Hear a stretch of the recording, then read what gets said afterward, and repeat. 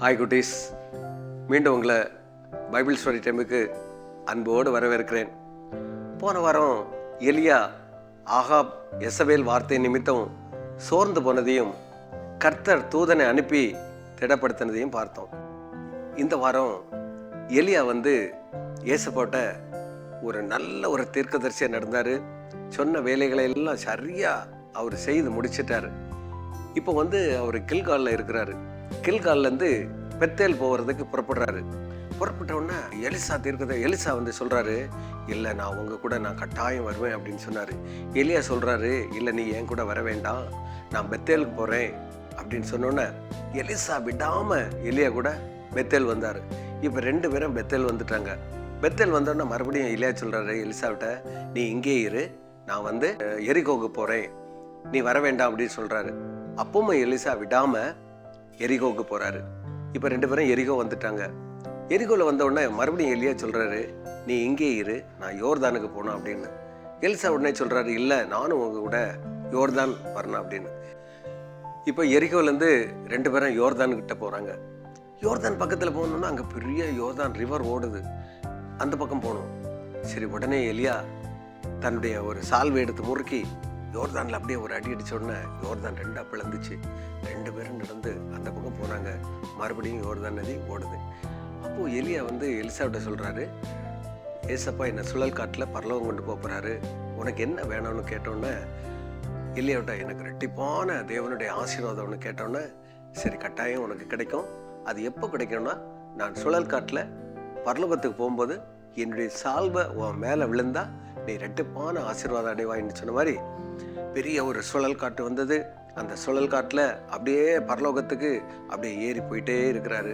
அப்போ எலியாவின் சால்வை எலிசாவின் மேலே விழுந்ததுனால அவனுக்கு ரெட்டிப்பான ஆசீர்வாதம் கிடைச்சிது. சரி, உடனே எலிசாவுக்கு ரொம்ப சந்தோஷம். இப்போ எலிசா யோர்தான் நதி பக்கத்தில் நிற்கிறாரு. இந்த கரைக்கு வரணும். அப்போ இந்த கரையில் 50 பலசாலிகள் பார்த்துட்டே இருக்கிறாங்க.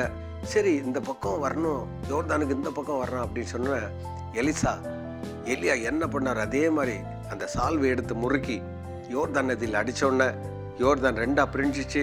அப்படியே யோர்தான் அந்த வழியே இந்த பக்கம் வந்துட்டாரு. யோர்தான் மறுபடியும் ஓடிடுச்சு.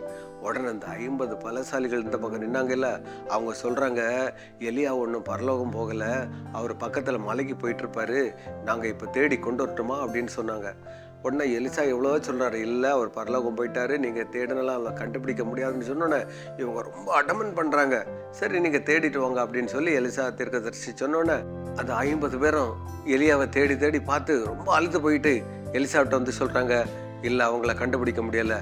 அப்போ எலிசா தீர்க்கதரிசி சொன்னார், நான் உங்கள்கிட்ட சொன்ன பிறகு நீங்கள் என்ன பண்ணலை, கேட்கல அப்படின்னு சொன்னோன்னே அங்கேருந்து கொஞ்சம் நிறைய சிறு பிள்ளைங்க இந்த எலிசா தீர்க்கதரிசியாக மொட்டை தலையான்னு கிண்டல் பண்ணுறாங்க. தம்பி தங்கச்சி பாரு, நம்ம பெரியவங்களை நம்ம கேள்வி பண்ணலாமா, இவங்க எப்படி கேள்வி பண்ணாங்க, மொட்டை தலையா. உடனே எலிசா தீர்க்கதரிசி கொஞ்சம் கோபம் வந்துச்சு. உடனே காட்டிலேருந்து ஒரு கரடி வந்துச்சு. அப்படியே அந்த கரடியை பார்த்தோன்னே பசங்க எல்லாம் ஓடிட்டாங்க.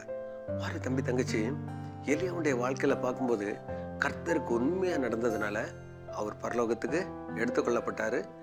அதே ஸ்தானத்தில் எலிசாவை தீர்க்கதரிசியாக என்ன பண்ணார், நியமிச்சுட்டு போனார். நாம் இந்த உலகத்தில் வாழும்போது நல்ல பிள்ளையாக வாழணும். நம்மளால் 4 பேருக்கு நம்ம என்ன பண்ணணும், நன்மை செய்து நல்ல பிள்ளைகளாக வாழணும்னு இந்த கதையிலேருந்து நம்ம என்ன பண்ணுறோம் தெரிஞ்சுக்கிட்டோம். சரி குட்டீஸ், இந்த நாளுக்குரிய வேதவசனத்தை கற்றுக்கொள்ளலாமா? திடன் கொண்டு தைரியமாக இருங்கள். 2 சாமுவேல் 13:28. மீண்டும் ஒரு முறை சொல்லுவோமா? திடன் கொண்டு தைரியமாக இருங்கள். 2 சாமுவேல் 13:28. சொல்லலாமா? கை கூப்பி கண்ண மூடுவோம். அன்புள்ள இயேசப்பா, எலியா உம்முடைய தீர்க்கதரிசி உண்மையுள்ளவன் என்று எண்ணி பரலோகத்தை சேர்த்து கொண்டீர். அதே ஸ்தானத்தில் எலிசாவை தீர்க்கதரிசியாக நியமித்து போனார். அதே மாதிரி இந்த உலகத்தில் வாழும்போது நாங்களும் நன்மை செய்கிறவர்களாய் சுற்றி திரிந்து ஆண்டவரை அநேகரை உம்முடைய பிள்ளைகளாக வழிநடத்த உதவி செய்ய வேண்டும் என்று இயேசுவின் நாமத்தில் ஜெபிக்கிறோம். ஜெபங்களும் எங்கள் நல்ல பிதாவே, ஆமேன். என்ன குட்டீஸ், ஸ்டோரி சூப்பராக இருந்தில்ல? மீண்டும் அடுத்த வாரம் வேறு ஒரு கதையுடன் உங்களை சந்திக்கிறேன். பாய்.